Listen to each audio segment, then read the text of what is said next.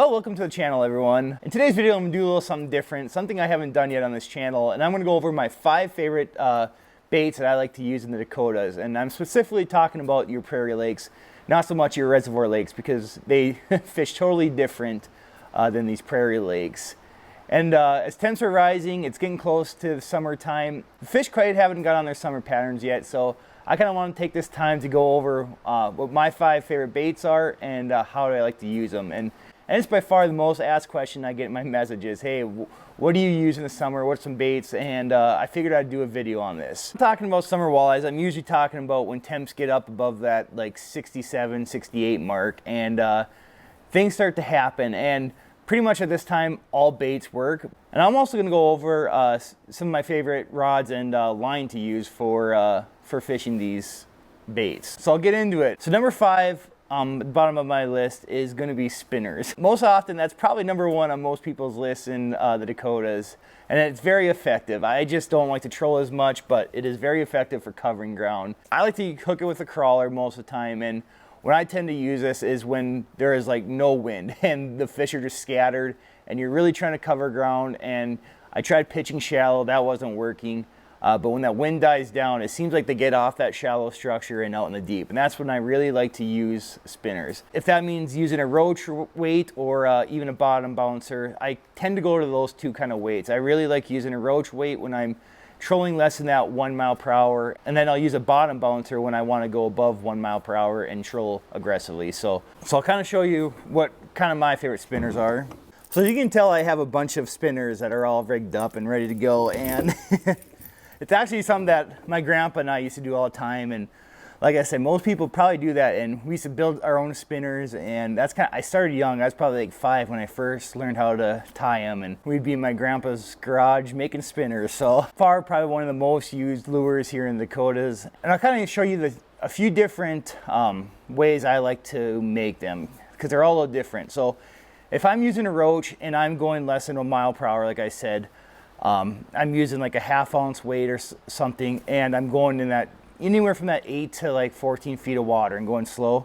I'll use a float on mine, and I don't know if you can see that there, but I usually go a blade first in the front, and then I have about 5 beads, and then I have a float tied to a bead, and then another float, and then a bead after that.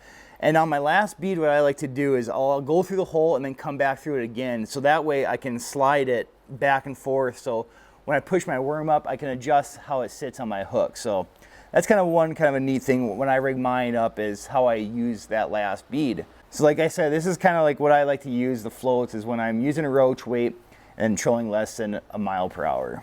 And as far as colors go, I like to use pink chartreuse and orange. You'll get that a lot, I'm sure, in this video on what my favorite colors are, but in North Dakota, you really can't beat that, especially when waters get stained. And even black. Black's a really good one for like beads and stuff that I like to use. But as far as the blade goes, gold is by far one of my favorites, along with obviously perch color, which, I mean, perch works anywhere where there's walleyes. So, and then when it comes to when I use a bottom bouncer, all I'm doing is just using a blade and like 5 or 6 beads. And then I just use a regular octopus hook or anything with like a snail hook or anything, and I tie that straight to the hook. For line, it kind of depends what I'm fishing or where I'm fishing at. If there's a lot of pike in there, I will tend to beef up my setup a little bit, and I'll go to a braid or something, like maybe even like I'll even go to like a 15-pound braid, because sometimes that it doesn't matter when it's that stained for walleyes, and it just kind of keeps it pike proof. And then a lot of times, most of the time, I'm using like a 10-pound monofilament or something.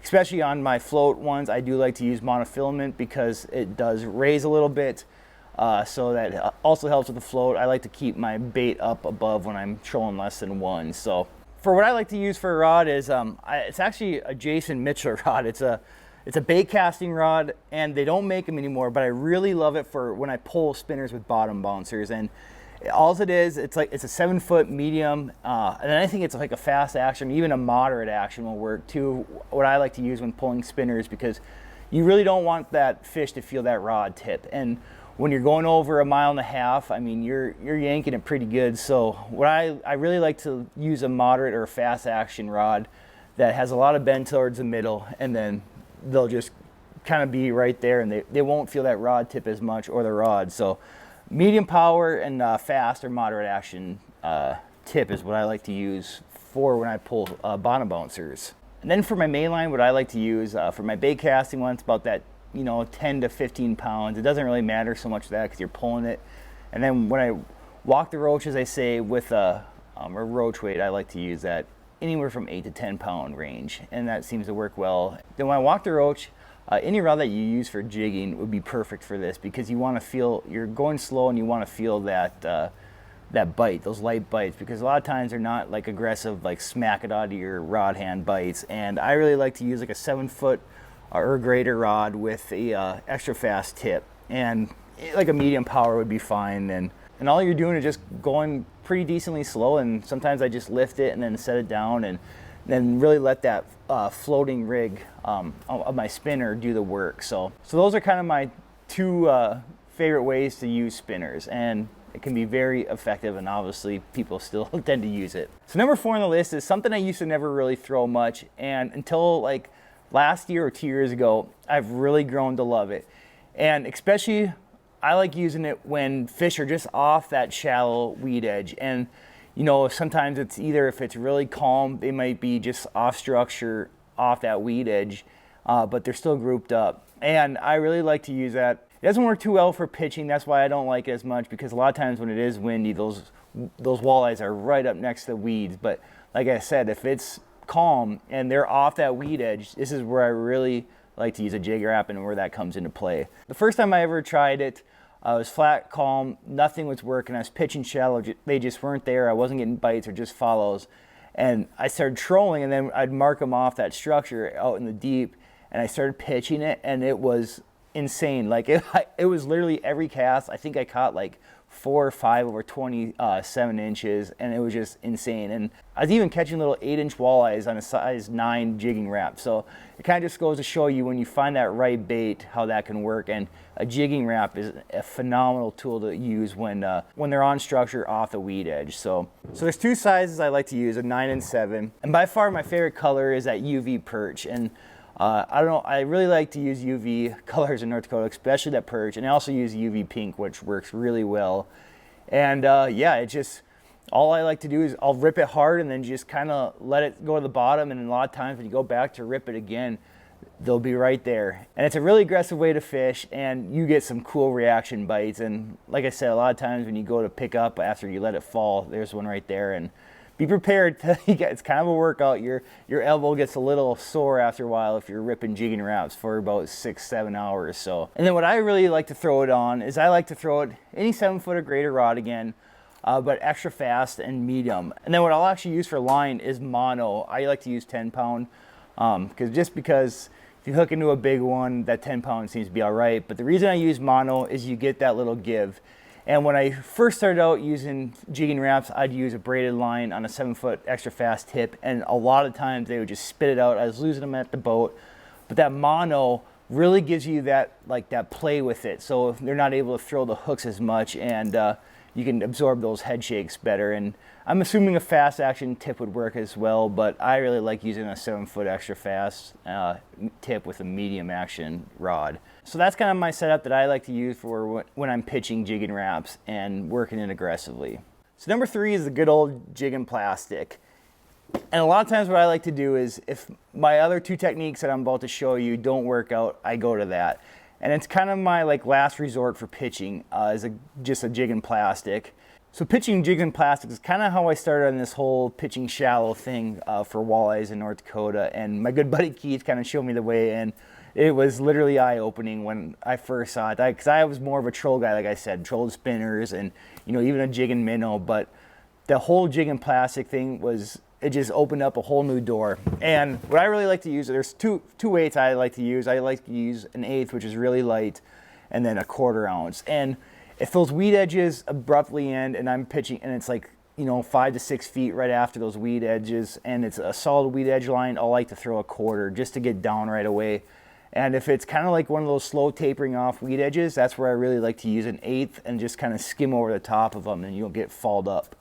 Or if I'm getting falled up with my 1/4 ounce jig plastic, I'll go down to that 1/8 ounce. And a lot of the name of the game is just trying not to stay followed up with the weeds. And I do have a jig head, it's like, I believe it's a Kalin's, and it's kind of pointed, and you can rip it through that and you don't get fouled up as much as with like a round head jig head. Any kind of jig with a bait keeper is what I really like to use, because I mean, you really want that jig to stay on and you're not constantly messing with it. So 1/8 ounce and 1/4 ounce are two weights that I really like to use, or even in between, if you can find a weight that works well for you, that will work too. So when it comes to in the summer, I really throw a different plastic than when I compare it into the spring. And in the spring, I really like those Authentics plastics. You know, those, they're really stretchy, and you work them kind of at slower speeds. And then in the summer, I really like something that's going to put out a lot of thump to it, bigger paddle tails, you know, and more of a rigid plastic. And you tend to get, I think, more vibration to the water with those a little bit more rigid of a plastic than compared to some like those Authentics baits that I like in the spring. But yeah, as you can see here, I have a whole different assortment of colors, and that's not even 1/4 of them. So those are kind of the colors that I like to use. And something that I'm really excited to use this summer, which I think will work well, is Jack's Tackle makes this. And it has a super big tail on it and a big profile bait. And in the summer, I really like to, you know, beef up my setup. This one made by Jack here is a pretty cool lure, and I'm excited to use it this summer because I think it's going to work pretty well. So, and then as far as jig head colors go, I really like that pink chartreuse and orange. Those are kind of my 3 colors that I like to use, and like I said, they work really well in North Dakota. And then what I really like to throw my jig and plastics on is anything that you'd use for jig fishing. You know, your 7-foot. This one's 6'6". It's a Shields 1 rod, and I absolutely love this rod for when I pitch it. This one's only a 6'6", but I mean, it still works just fine. So you really want, this is where you want your sensitive rod, where you want to feel every little thing you go over, the weeds and rocks or whatever, and it's really an awesome rod to use for jig fishing. And then what I like to use for the summer is I like to use that 10-pound braid for pitching, and then I also tie on like a 6-foot 10-pound leader fluorocarbon, and that is kind of your bulletproof pitching plastics up in shallow weed edges. So that's my 3rd technique, and that's my 3rd favorite way to catch walleyes here in the Dakotas. So my 2nd favorite bait is a crankbait style, and number 1 and 2 are pretty close, but they're a little different. So I'm going to tell you why I picked this for number 2, and it's a number 5 shad wrap and a flicker shad. And I really like throwing those when the weed edge stops right there, and there's no secondary weeds off it that are just a little bit shorter. And it really works well when you're pitching the weed edge and you want it to dive down right away, because you have that different style bill that digs more. And that number 5 is about the perfect size for that. And with the number 7, a lot of times you'll fall up too much, and it's just harder to pitch with a number size 7. But a number 5 size flicker shad and number 5 size shad wrap are phenomenal baits to use. And like I said, a lot of times I like pitching into where you can see that weed edge and it just stops right there. It usually happens when the water clarity isn't that great, and it's pretty murky, and you're not getting that secondary growth past it. So if anytime you see that kind of where wind's blowing into weed edges that look like they're really heavy matted weeds, that's when I really like to throw a number size 5 flicker shad or shad wrap. And my favorite colors for those, gold is really phenomenal in North Dakota. I like using it when it's really sunny. Gives off a lot of flash, and that's probably my number 1 color. And then also white. Any kind of that white with the black actually works pretty phenomenal in North Dakota. I don't know if it looks like a fathead or what, but that's also a color that I use a lot, is that white. Any white or metallic even works really well when it's sunny. And another one of my favorite colors is actually orange, and it's like a crawdad color. I think that's actually called that, and it is a killer on some of those lakes that, you know, maybe be clear, not as dirty, and they have crawdads in them, or crayfish. And a lot of times where your walleyes are, if you have a lake and you're catching them and they're just like stupidly built and they're like just huge, sure as heck, a lot of times I'll catch even crayfish when I'm pulling spinners or something. So I'll actually kind of remember that, and then next time I'm pitching shallow in that certain lake, use a crawdad color, and it is one killer color. So those are kind of my few different colors that I like to use, and same with the flicker shad. You know, any of those golds, whites, or even sometimes chartreuse or perch color works real well. But I tend to use that crawdad color and gold probably most of the time. Then for what I use to pitch, I use a spinning reel, usually a size 2000 or more. I really like a bigger reel just so you can cast out that size 5 shad wrap pretty dang well. So the most important part to me for pitching these cranks is setting that up with a rod that works real well for this application. And it took me a few years to find one that I really liked, and I found one at Shields actually, it's called the Abissu, and it's a white rod, and it's absolutely killer for pitching crank. This one's a 7 foot, but the key thing here is the moderate action, and it's really hard to find a spinning rod with a moderate action that's long enough and then into medium power. But this Abissu is a great style for pitching cranks, and so you really want that long rod because they are light baits. That number 5 is a pretty light lure, so that extra length gives you kind of that extra casting power, and that's really why I like that bigger reel too. And then what I like to use for my line is about an 8-pound line, and that kind of works well. It's not too heavy, so it's light enough to whip that number 5 shad wrap or flicker shad out into the weed edge. And a lot of times I've tied directly to my braid. I kind of like to use any kind of high-vis braid, and that tends to work pretty well, because the key thing too is watching your line, and you always want to cast with the wind at your back, so I like having that high vis to make sure my line's not bowed at all and it's straight, and you really want to feel that vibration when you're working that lure back towards you. And line presentation is probably the biggest thing when it comes to pitching cranks or even plastics, so, and actually everything. Line presentation is pretty important, and obviously with bow control. So, but yeah, that's kind of my go-to for pitching cranks. And if you've seen any of my videos before, you know how much I like to pitch downwind, and that's a lot of times you'll see them gathered up all there. They'll be congregated downwind and along that weed edge, and it is a fun way to catch them. So my number 1 kind of favorite lure to use anytime in North Dakota is a shallow running crankbait. And specifically I like this Esco jig here by Rapala. And they're hard to find. I think a guy at Shields told me that they only get them about once every few years. So when I see them, I like to buy them up, because a lot of times they're on sale too. I know I bought probably like 30 of them last time they were on sale at my local Shields. And so like I said, you probably put number 1 and 2, my favorite baits, together, but they are different with that shallow running bill. And a shad wrap too, they make a shallow running bill that makes it perfect. I think they say it runs from anywhere from like 2 to 3 feet. But like I was talking about earlier, where there's secondary weeds, and this happens in a lot of lakes, is where you have that weed edge, you can see where it comes to the top of the surface, and then there's weeds past it that you can't see, but you're just following up enough with a number 5 with that deeper running bill.